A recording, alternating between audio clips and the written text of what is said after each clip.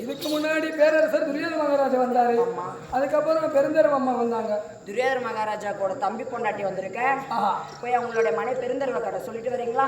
சொல்லிட்டாரு. தங்கச்சி வந்திருக்கானு போடா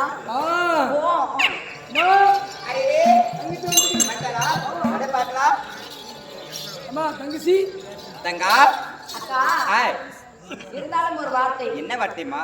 இங்க பச்சை குத்துங்கிறாங்க பாரு. தங்கா அப்படி இருந்தாலும் இன்றைய தினத்தில் உன்னை அழைத்த காரணம் என்னன்னு கேட்கிறியா? அப்படி இருந்தாலும் உங்கள் மாமா அதாவது என் கணவர் அழைத்திருக்கிறார், சென்று பார்க்க வேண்டும் அல்லவா? அதனால் உன்னை அழைத்தேன். அறிவே வாடங்க. என்னதான் இருந்தாலும் நம்ம மக மாறி மாயுமா அப்படி எல்லாம் பேசக்கூடாது. அதனாலதான் நீ கையை பிடிச்சிக்கணும், அவன் ஏறி அடிச்சுக்கணும்.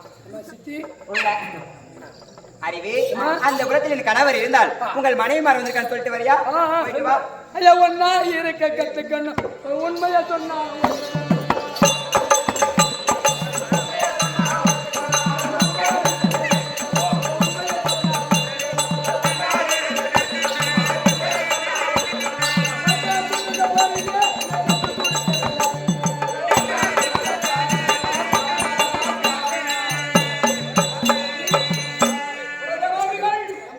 ஆம்பளைங்களே எழுந்து போறாங்க.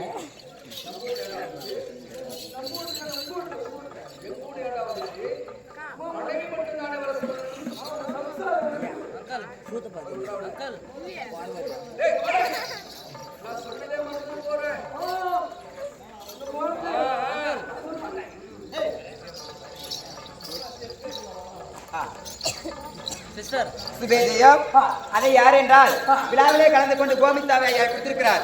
யார் மீது? எல்லாம் வல்ல இரவியாக விளங்கக்கூடிய மாரியம்மன் மீது கொடுக்க, மாரியம்மன் எந்த பக்கம் போனாலும் தகமுகமாக நின்று அவருக்கு நோய் பிணித்தாக்காடு வராமல் அனுதினம் காசு தள்ள வேண்டும் என்று சொல்லி எல்லாம் வல்ல இரவியாக விளங்கக்கூடிய மாரியம்மனை அனுதினமும் வேண்டுகிறோம். அறிவே என்ன வார்த்தை? போலாமா? நடு போலாம். நடு.